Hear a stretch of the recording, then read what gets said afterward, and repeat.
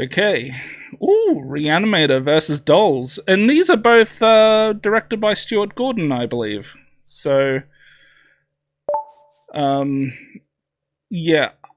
Even though Reanimator is a really good movie, I mean, me being a Chucky fan, being into like doll horror, I guess you could say, is what kind of tips this one in that favor. Plus, I think it's slightly more fun than Reanimator is. Reanimator has a lot of wacky stuff going on in it, but yeah, I just for Dolls, I mean, even just the ending.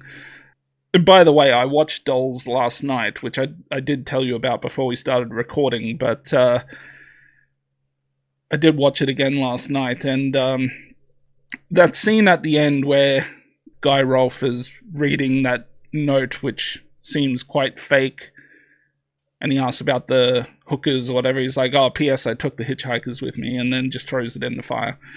How can you not enjoy such a ridiculous ending? And I'll say for my part, I think I've only actually seen Reanimator once. Like I have a friend who really enjoys it, but from my recollection, it just wasn't entirely my vibe. Whereas I think that was just like legit fun. And plus, it's also a somewhat short movie too, so it's very digestible and it gets the job done. So Mm. yeah, I mean it's a pretty easy choice for me. But a nice little shout out to that scene at the beginning of Reanimator where he's breaking the pencils and he slowly pulls out another one. I always get a good kick out of that scene. Maniac Cop, but this time against Ravenous from 1999. Yeah, that's an easy choice. I mean, Ravenous is a all right movie. I know there's a lot of people out there that actually think it's a pretty good movie. It's just not entirely my cup of tea, I guess. I can respect it, I enjoy it for what it is, I guess, but yeah, Maniac Cop gets it easily from me. Yeah, I think Ravenous is decent, but it just seems a little messy at times. It's just, I mean, like Chucky said, it's not necessarily my thing. So yeah, Maniac Cop's a lot more consistent to my values. Final Destination versus Christine. We had no hesitation there. Uh, we did talk about Christine a little while back, and I think we both have very similar opinions about that movie. That Yeah, I can sum this up in like five sentence, like one sentence. It's way too fucking long. It's like an hour and 50 minutes, and it just is unnecessarily lengthy. So yeah, I was just honestly, I was just bored for a lot of it. So yeah, Final Destination's interesting, decently original. So it's yeah, not difficult for me. yeah. Yeah, I'm a little bored by Christine as well. Though I think it does have Kelly Preston in it, right? I don't even know who that is, to be honest. I'm trying to see if that name's on the poster somewhere. I don't know. Well, she was quite hot back in the day, so that's one good thing it's got going for it. I can't remember to what extent of a role she has in the movie, but her being in the movie would be a plus for me. But it doesn't change the fact that I think Final Destination is just much more enjoyable than Christine overall. Oh boy. Yeah, Mortuary. That's a movie that I think is going to have a very difficult time getting chosen over most other movies. Hey, Yeah. if I was going up against a Greasy Strangler, I'd have to vote Mortuary. Oh, fuck you. The Greasy Strangler is a beautiful movie.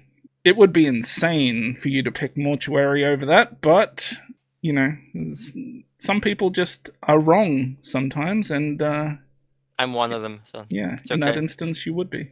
Ooh, The Faculty versus April Fool's Day from 1986. Uh,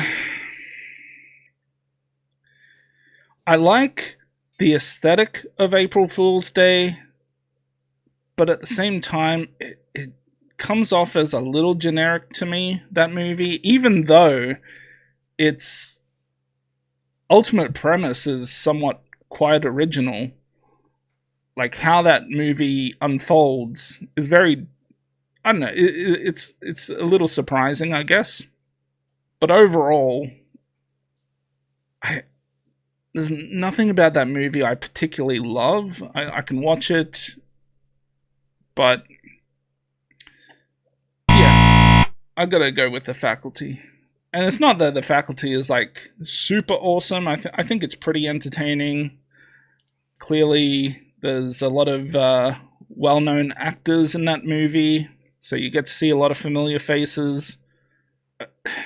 I don't know. It maybe I just need to see April Fool's Day again to see if I feel any differently about it, because I've only ever seen it maybe twice in my life, whereas I've seen The Faculty at least, I don't know, 6, 7, 8 times.